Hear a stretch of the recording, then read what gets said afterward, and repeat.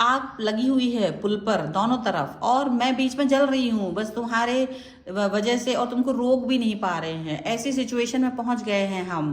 तुम्हें क्या ही लगता है कि मैंने किस तरह से ये जिंदगी गुजारी है? तुमने तो महल बना लिए अपने प्यार के। मुझे पता था कि मैं तुम्हारी लाइफ का एक्स्ट्रा पेज हूँ, तुम उसे फाड़ के फेंक ही दोगे। ये सब बातें कर रही है थर्ड पार्टी। क्यों, कैसे, देखिए इस रीडिंग में। हेलो एवरीवन, डिवाइन 20% में आप सभी का स्वागत करती हूँ। मैं हूँ निधि। चलो जल्दी से देख लेते हैं आपके पर्सन की करंट फीलिंग्स आपको लेकर के राइट नाउ।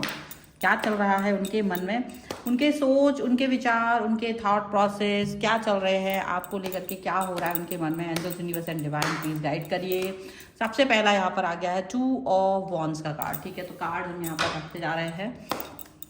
इसके बाद मैं यहाँ जो कार्ड है वही निकल आओ भाई। ओके, द अननोन कार्ड है यहाँ पर, है द अननोन कार्ड। ठीक है, एंड यहाँ पर है 3 of. Okay, wow, something very nice. कुछ अच्छा सा होने वाला है यार, मुझे ऐसा लग रहा है, संकेत मिल रहे हैं मुझे। Oh my God, 4 of wands. 4 of wands का कार्ड आ गया है। 4 of wands and 6 of swords. 6 of swords, ठीक है। और यहाँ पर आ गया है पेज ऑफ पेंटिकल्स का card. Page of pentacles, 5 of pentacles. Okay, यहाँ पर आ गया द सन का कार्ड। क्या बात है। यहाँ है एज ऑफ सॉर्ड्स का कार्ड। एज ऑफ सॉर्ड्स, जैसे इंतजार खत्म है। Page king of pentacles. Okay, चलिए सबसे बढ़िया महत्वपूर्ण कार्ड आपके सामने आ चुके हैं। और राशियों की हम बात कर लेते हैं, तो यहाँ ये पर्सन की जो राशि हो सकती है वो है Aries, Leo, Sagittarius, Libra, Aquarius, Gemini and taurus, Capricorn, Virgo के पर्सन हो सकते हैं। यहाँ जो कार्ड आ रहे हैं वो है 10 ऑफ वॉन्ड्स, वो है 10 ऑफ सॉर्ड्स, एंड यहाँ पर है 4 of swords. Oh my God, followed by page of cups. एक ही कार्ड है कप्स का। Just see this card and what is happening here. अगर आप देख रहे होंगे तो आप सोच रहे होंगे कि ये क्या है मैडम, ये मैम, ये ऐसी कौन सी चीज है जिसको देख करके आप इतना खुश हो रहे हो। भाई ऐसा कुछ है जिसको सुनने के बाद तुम भी खुश हो जाओगे, क्योंकि यहाँ पर हो गया है कुछ ऐसा धमाल कमाल कि आप जिसको आप सोच रहे थे, जिसको आप चाह रहे थे, जिस चीज को आप बहुत समय से पाना चाह रहे थे, मतलब कि आपका वो पर्सन जो आपको छोड़ करके भाग गया था, वो पर्सन यहाँ पर वापस से आपकी तरफ आते हुए नजर आ रहा है। और यहाँ ये जो सिचुएशन है, अनफॉर्चुनेटली नॉट आपके लिए तो जो है सो है, बट यहाँ पर आपके पर्सन और थर्ड पार्टी की सिचुएशन रोती बिलखती नजर आ रही, क्योंकि थर्ड पार्टी के कुछ कुछ कारनामों की वजह से या आपके पर्सन के मन में जो भावनाएं हैं वो उत्पन्न हो गई हैं अचानक से आपको देख करके। और यहाँ पर थर्ड पार्टी और इनके बीच में जो घमासान हुआ है, मे बी कुछ रीजन से थर्ड पार्टी की कुछ वीकनेसेस थी, उसकी वजह से तो अभी थर्ड पार्टी से वो डिस्टेंस में जा चुके हैं, क्योंकि थर्ड पार्टी ने दे दिया है इन्हें धोखा। और थर्ड पार्टी को जब इन्होंने, क्योंकि लगातार धोखे दे रही थी थर्ड पार्टी, तो थर्ड पार्टी को इन्होंने भी बोल दिया टाटा बाय बाय। और थर्ड पार्टी ने इनको बोल दिया है कि देखो, मुझे पता था कि तुम्हारी कहानी का मुख्य किरदार तो मैं नहीं हूँ, मेन कैरेक्टर मैं नहीं हूँ, बस एक अलग से एक्स्ट्रा पेज की तरह हूँ। और तुम उस पन्ने को फाड़ने वाले हो। उसके बीच में ये बोल रहे हैं वो कि भाई तुम तो मुझे फाड़ने वाले हो, लेकिन तुमको अब मेरा लिखा हुआ दर्द समझ नहीं आ रहा है। कुछ इस तरीके का पेनफुल सिचुएशन आपके पर्सन को बताने के लिए, वापस से लाने के लिए ये बोल रहे हैं, ताकि वो ब्लैकमेल कर सके। ठीक है, तो थर्ड पार्टी यही बोल रही है कि क्योंकि उसे पता है कि आप उस रिलेशन में हो, तो उन्होंने कह दिया कि भाई मुझे तो पता है तुम दोनों अपना प्यार का महल बनाने वाले हो। मैं तो बाहर खड़ी हुई हूँ, बारिश में भीग रही हूँ। मैं ऐसा पर्सन हूँ जो अब दर्द में रहेगा और तुम उसके दर्द को देखना भी नहीं चाहते हो। मेरा तड़प है, मेरा दोष बस इतना ही है कि मैंने तुम्हें प्यार किया है। और बस यहाँ पर इस तरह की फीलिंग वो ला रहे हैं, इस तरह की थॉट्स वो ला रहे हैं। और वो उनसे यही कह रहे हैं कि मैं तो भाई पुल के आर पार खड़ा हुआ, दोनों पुल में साइड में ना आग लगी हुई है, और मैं बस बीच में खड़े होकर जलने का इंतजार कर रही हूँ। And you are just going towards your person, और मैं तुम्हें रोक भी नहीं सकती हूँ। ऐसा ये पर्सन यहाँ पर बोल रहे हैं आपके पर्सन से, आपके पर्सन के बारे में। आपका पर्सन ये उसको समझाने की कोशिश भी नहीं कर रहा है, लेकिन वो उसको बोल रहा है कि तुमको पता नहीं है, मैं रात भर जागू हूँ, तुम्हारे लिए, तुम्हारे बारे में सोच रही हूँ, तुम्हारे बारे में तुम्हारे हिस्से के बारे में तुम्हारी हर चीज़ याद आ रही है मुझे, तुम्हारा हंसना, तुम्हारा बोलना, तुम्हारा टहलना, ऐसी कई बातें वो आपके पर्सन से बोल रहे हैं ताकि आपके पर्सन और इनके बीच में जो एक कनेक्शन था वो वापस से बन जाए।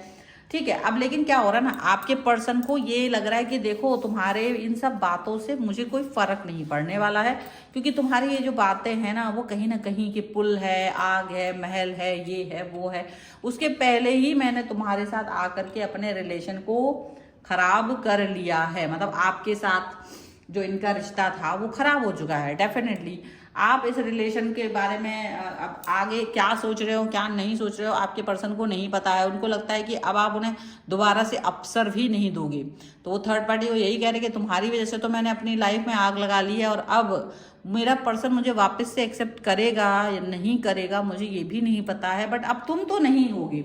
कम से कम थर्ड पार्टी से ये बोल दे कि अब आप तो नहीं होंगे, और हो सकता है आपका पर्सन आपकी तरफ आए, आपसे बात करके आपसे क्षमा मांगे। लेकिन क्या है ना, आप आगे बढ़ चुके हो, थोड़ा बहुत पॉजिटिविटी आपने ले आए हैं, आपने अपने आप को गिरते पड़ते संभाल लिया है, और गिरते पड़ते संभालने के बाद आप दोबारा से उम्मीद नहीं करते हो कि टूट जाओगे आप फिर से। लेकिन आपका जो पर्सन है वो कोशिश कर रहा है कि यार आप फिर से परेशान मत हो, मेरे लिए प्यार करो। जो बाउंड्री आपने उनके बीच में खड़ी कर दी है, हालांकि उस बाउंड्री को वो तोड़ने का प्रयास सडनली नहीं करेंगे, कोशिश करेंगे कि आप खुद उस बाउंड्री को तोड़े और इनके साथ आगे चले, इनके साथ आगे बढ़े, पॉजिटिव रहे, क्योंकि इन्हें अपनी गलती का तो एहसास हो चुका है और ये इस प्यार को वापस से पाना चाहते हैं। इनको लग रहा है कि यार मेरे से तो गलती हुई है, 100% हुई है, मुझे पता है, पर मुझे इस रिलेशन में वापस से कनेक्ट होना है, मुझे इस रिश्ते में वापस से जुड़ना है, तो क्या मुझे इस कनेक्शन को पाने का अधिकार है, तो क्या मुझे आप फिर से अपने साथ जोड़ के रखने चाहोगे। तो वो इस तरीके की बातें, इस तरीके की चीज़ें आपसे कहते हुए नजर आ रहे हैं, आपके साथ में जुड़ते हुए नजर आ रहे हैं, चाहते हैं रिलेशन को ठीक करना। क्योंकि देखो थर्ड पार्टी ने इनको काफ़ी दुख तकलीफ दिया है और इन्हें लगता है कि इन्होंने इस कारण से आपको बहुत दुख तकलीफ दिया है। हालांकि ये कोई गेम नहीं था, बट उन्हें लगता है, अफसोस तो हुआ है उन्हें अफसोस भी हो रहा है, उन्हें शर्म भी आ रही है, आपकी तरफ वापस आते समय थोड़ा शर्मा भी रहे हैं, क्योंकि उन्हें लग रहा है कि देखो ये भी तो कोई बात नहीं है कि एक बार किसी को छोड़ दो फिर मुंह उठा के चल दो उसकी तरफ। तो उनको डर भी लग रहा है कि पता नहीं आप उसे एक्सेप्ट करोगे कि नहीं करोगे। इस समय थर्ड पार्टी का भी रस्साकसी जारी है, वापस से इनको पाने की जो एक है ना एक तैयारी वो करके रखे हुए हैं कि ये वापस आ जाए, वापस से इनसे जुड़ जाए, वापस से इनसे कनेक्ट हो जाए, कुछ ऐसा हो जाए, मतलब बेहतर करने की कोशिश करें, ऐसा कुछ चीज़ें ना ऐसे वो कहने की कोशिश कर रहे हैं, ऐसी वो कुछ बातें करने की कोशिश कर रहे हैं, ऐसा लग रहा है। और इनको ये चीज़ अंदाज हो रही है, इनको ऐसी चीज़ों का एक कनेक्शन फील हो रहा है कि डेफिनेटली यहाँ पर कश्मकश अपनी अपनी करनी को याद तो करेंगे यार। देखो अब इतना सब कुछ करके ड्रामा गए थे आपको परेशान करके कि एक समय ये भी बोला था कि third party is important than you, आपसे भी इम्पॉर्टेंट है। अब अकेलेपन में खुद ही सोच रहे हैं कि यार गलती तो मेरी भी है, मैंने भी बहुत अत कर दी, मैंने भी बहुत ज़्यादा इसी व्यक्ति को इतना परेशान कर दिया कि पूछो नहीं। तो इनको ये लग रहा है, इनको ये फील हो रहा है कि हाँ है तो कुछ तो गड़बड़ है, कुछ तो यहाँ पर मेरी थॉट प्रोसेस में गलती हुई है। और अभी क्या हो रहा है कि थर्ड पार्टी की सब ये डिस्टेंस में है ना, तो थर्ड पार्टी खुद इनको पीछे से लगी पड़ी है कि हाँ मुझे वापस आना है, तुमने मुझे मेरा यूज़ कर लिया है मेरा। तो कहीं ना कहीं वो भी गिल्ट फील कराने की कोशिश करे, ऐसे इजी वीजी नहीं जा रही है थर्ड पार्टी, ऐसे चले जाएगी तो ये इनको ये लगा कि थर्ड पार्टी खराब थी।